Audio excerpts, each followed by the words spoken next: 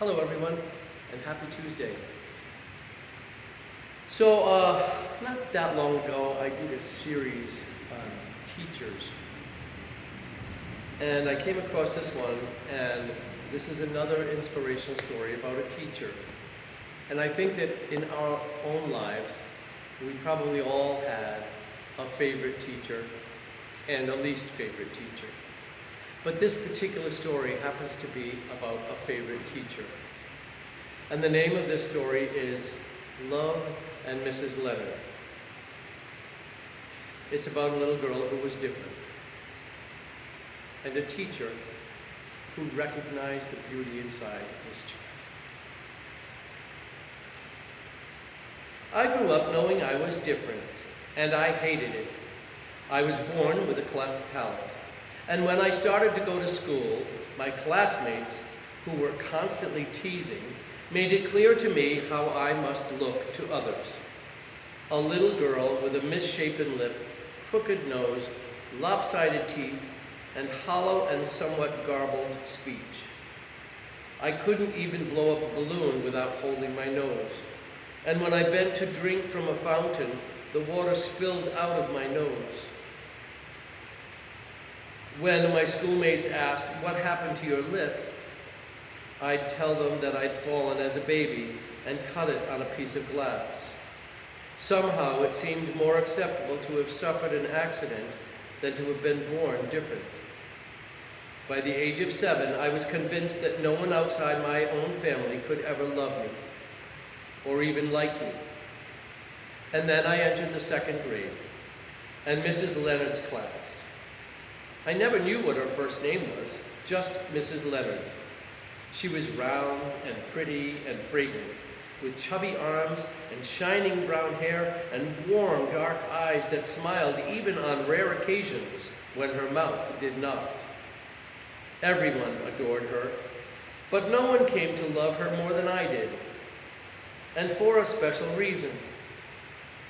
The time came for the annual hearing tests given at our school. I was barely able to hear anything out of one ear and was not about to reveal yet another problem that would single me out as different. And so I cheated. I had learned to watch other children and raised my hand when they did during group testing.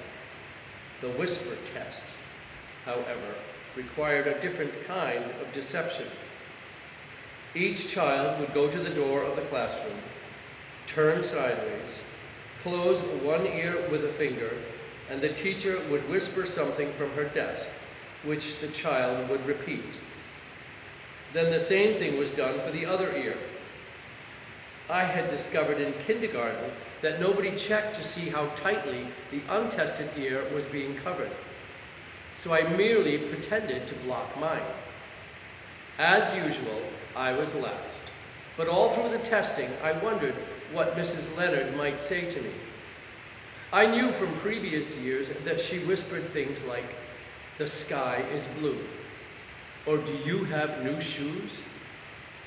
My turn came up. I turned my bad ear to her, plugging up the other solidly with my finger, then gently backed my finger out enough to be able to hear. I waited, and then the words that God had surely put into her mouth, 7 words that changed my life forever. Mrs. Leonard, the pretty, fragrant teacher I adored, said softly, "I wish you were my little girl."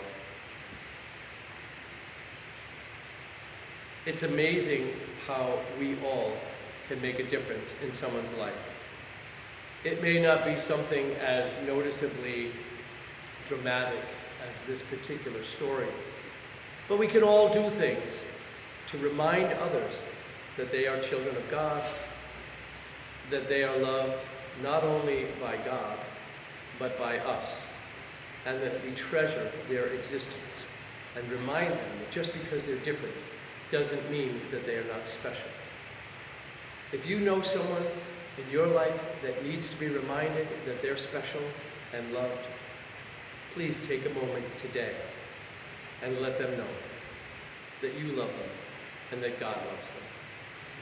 Thank you. and may God bless this day.